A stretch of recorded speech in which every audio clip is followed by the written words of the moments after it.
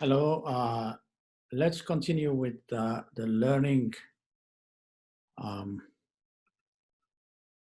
the artificial neural network, the artificial neural learning. So we see how a neuron, a single neuron it performs learning.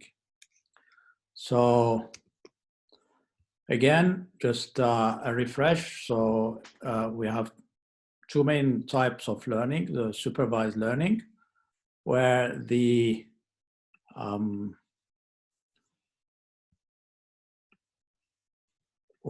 desired response of the system is provided by a teacher, by a supervisor. That's why it's called supervised.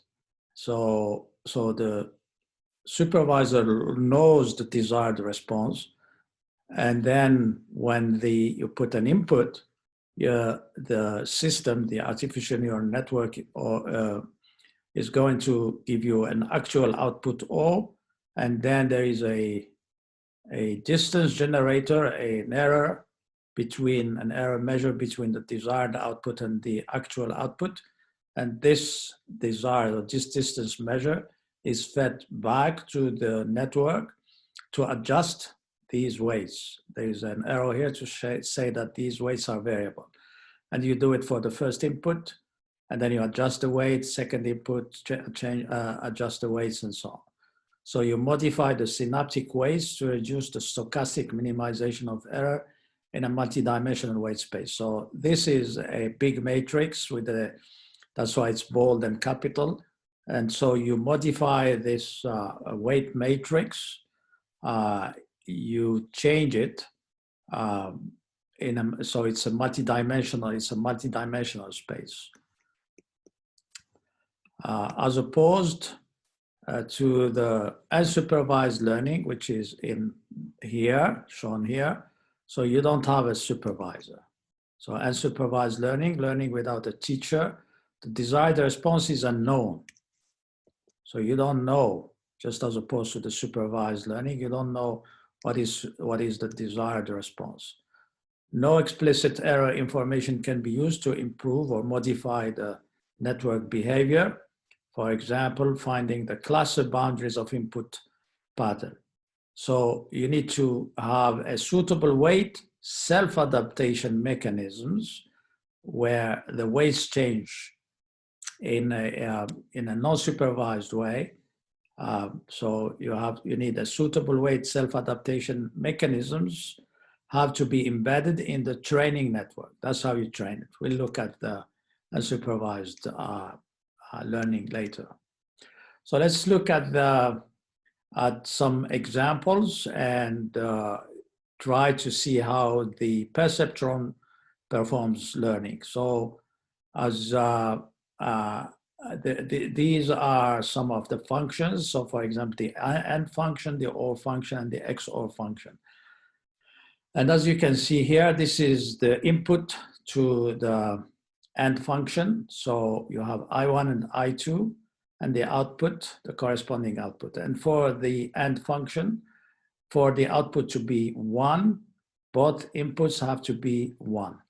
And this is the truth table. And in your feature space or input space here, you can say that the output where you have 0 is marked with a black circle, and the one where you have a 1, it is with a white circle, not as solid. So for 0, 0, for this point here, the output is 0. 0, 1, the output is 0, and so on. And then for 1, 1, the output is 1. And so if you want to train a perceptron to separate the 0 outputs from the 1 output, in this space, in this feature space or input space, you just need here, in this case, a discriminant function, which is a line. That's why they call it linear discriminant function. The same thing for the OR function. So you can do the same, and then you can see that you can separate them just with a line. As opposed to the XOR, you cannot do that. You cannot separate the white outputs from the black outputs just with a single line. You just probably need 2 lines and so on. We're going to see that when we see the multi-layer perceptron. So your objective is to, you have a linear threshold. You want to have a perceptron with just with 2 inputs, and then so you have I1 W1, I2 W2, and so you sum. So it's W1 I1 plus W I2. If the activation is greater than a certain threshold, then the output is 1. If it is less, then it is 0. And you can check that, you can check easily that a line, so you can check that for W1 equal 1, 1, and the threshold equal 1.5, you can emulate this AND function here. And the same thing for, these are the weights and the thresholds for the OR function, for the NOT function. So you would need a linear threshold is used in this case here, and then you have the weight, W is the weight values. So in this case, it's just a vector, W1, W2, and you have the threshold value. Notice here that we have the threshold here with the activation function. But actually, this is not convenient because when you do your training, you would need to learn the weights, but also learn the activation function.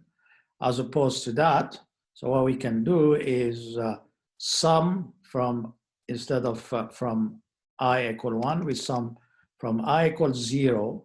So basically, we have another third output, I0, we have I1, I2, and the threshold becomes, this threshold here becomes a weight, W0.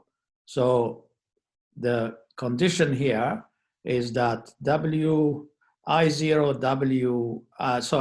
minus I0 W0 plus I1 W1 plus I2 W2 has to be greater than 0.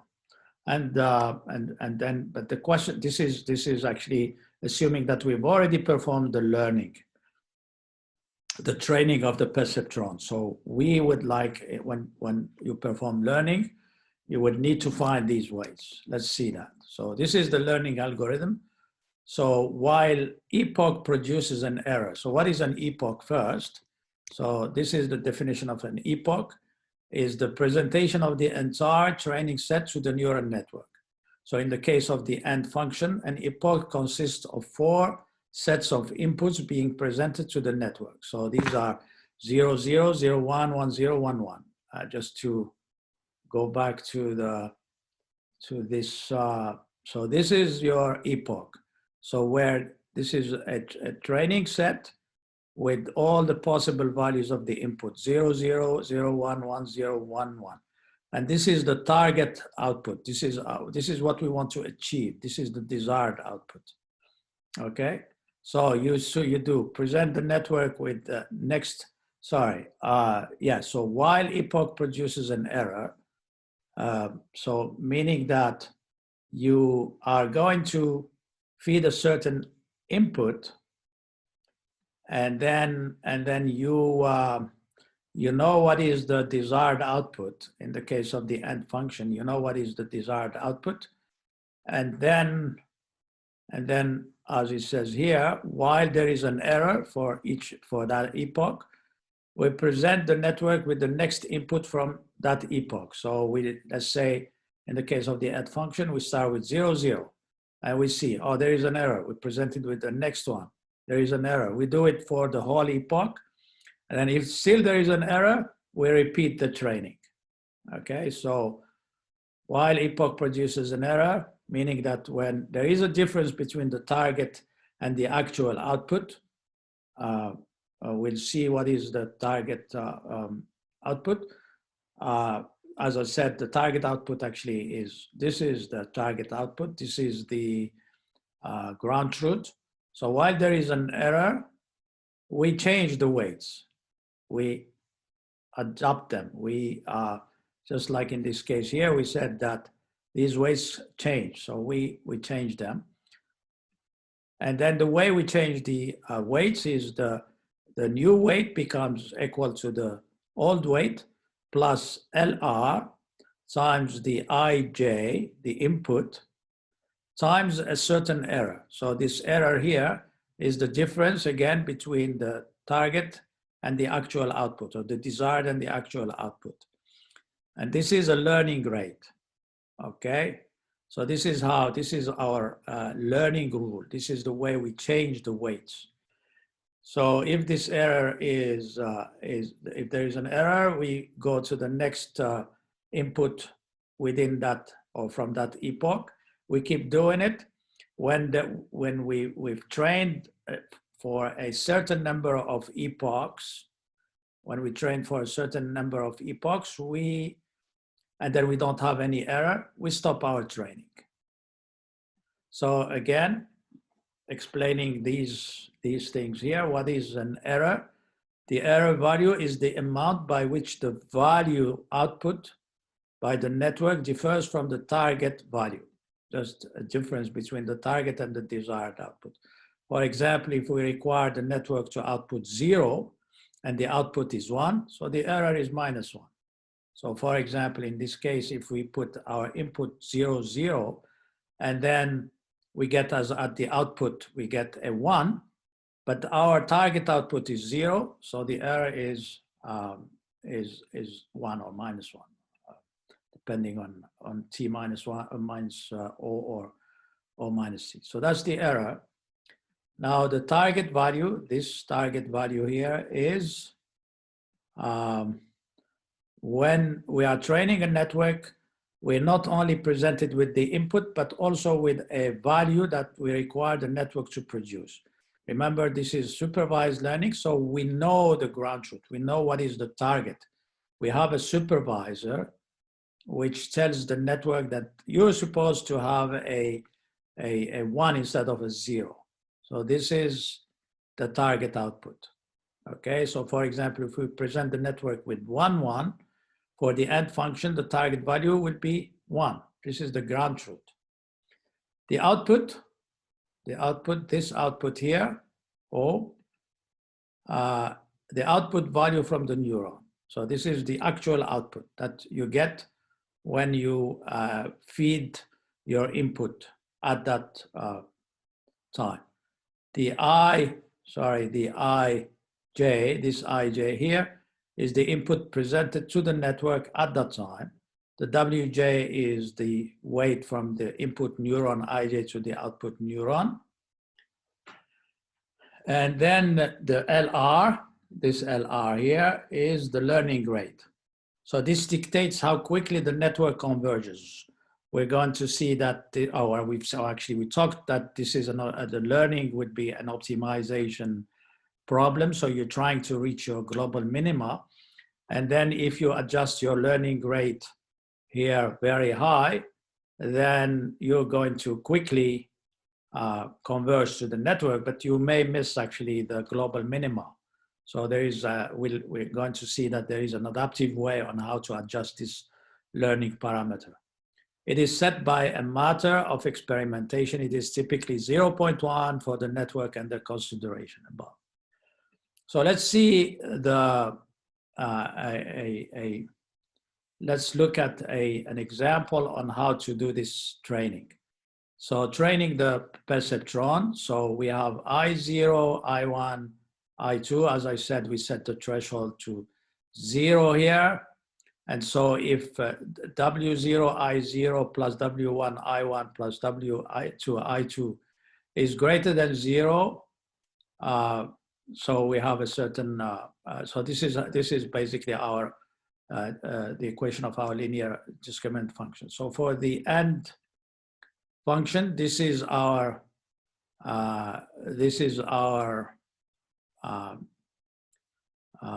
if you want that, this is one epoch, and this is the desired output. And so if we want the So we want to find these weight values, okay? We want to find what is W0, what is W1, and what is W2. So what we do initially is we initialize with random weight values. We put these values randomly, and then we look at the, so this is the random choice of this W0, 0, 3, 0, 5, minus 0.1.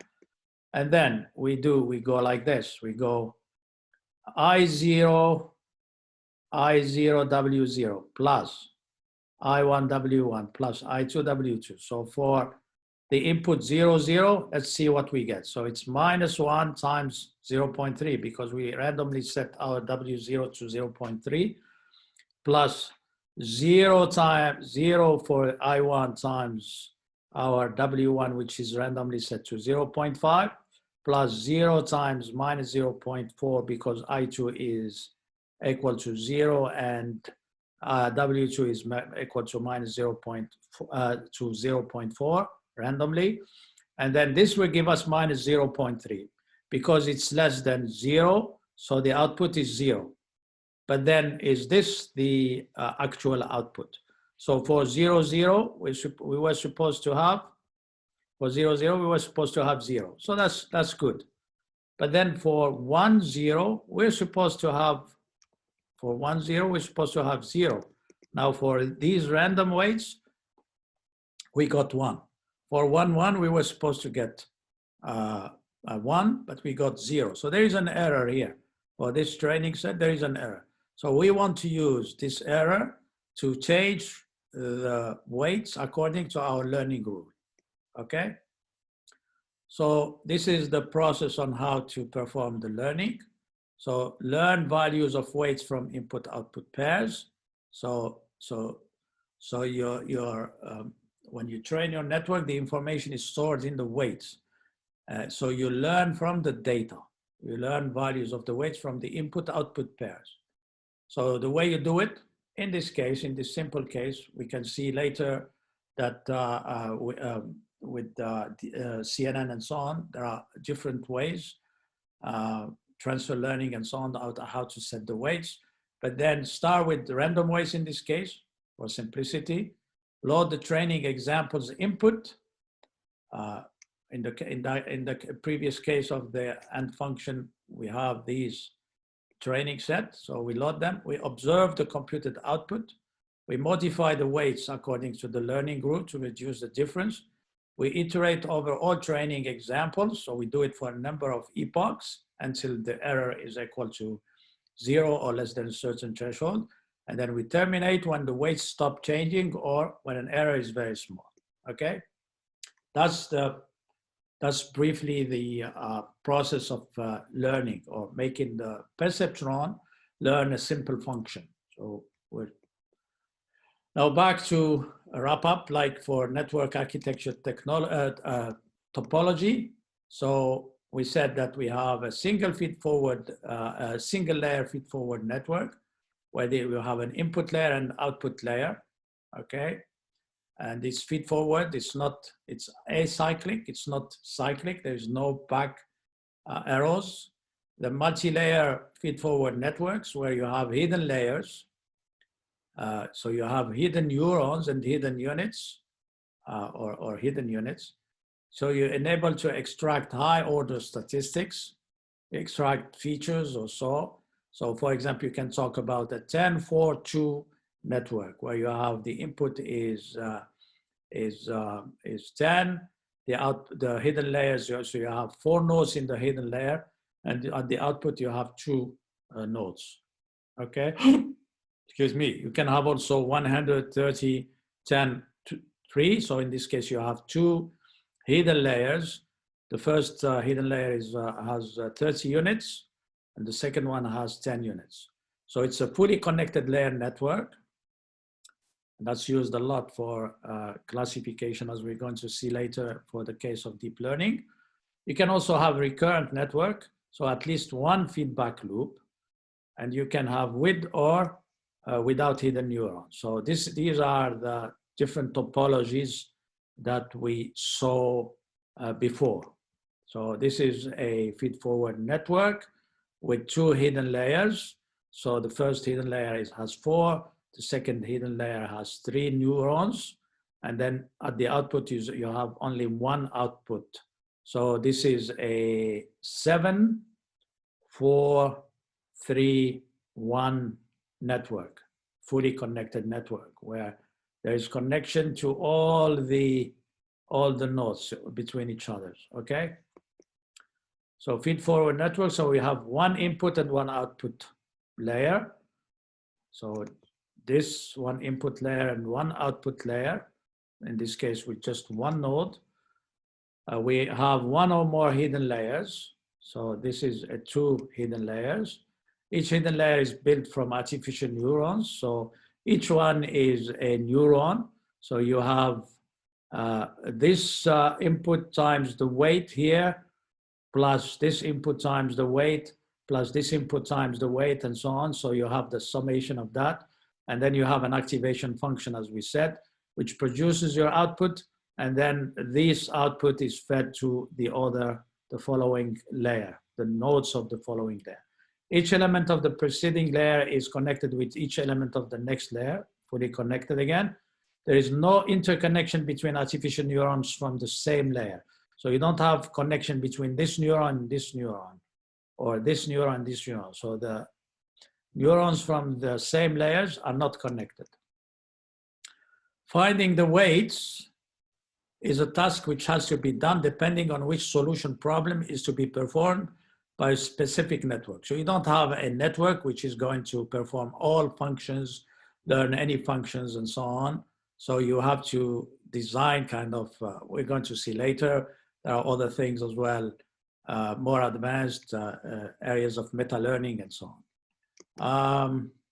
So for the feedback network, recurrent or dynamic systems, so you have feedback from, for example, from the output to the input. This more, we'll elaborate more later. So the interconnections go in 2 directions between artificial neural networks or with the feedback.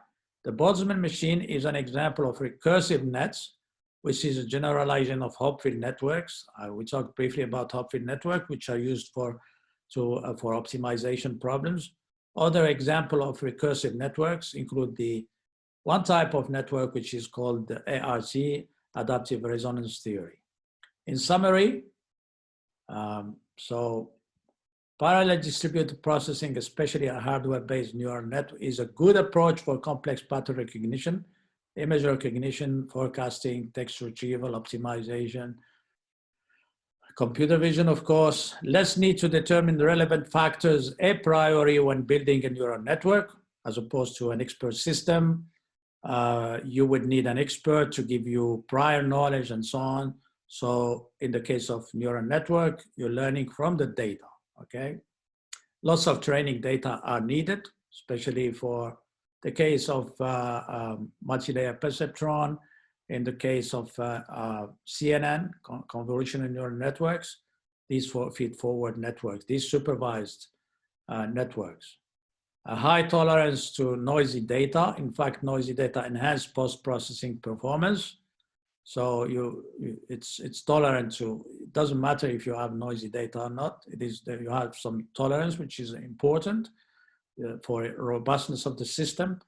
Difficult to verify or discern, learn the relationship even with special knowledge extraction utilities developed for neural networks. So you don't, it is hard to understand why the decision is made. So the system learns from the data itself.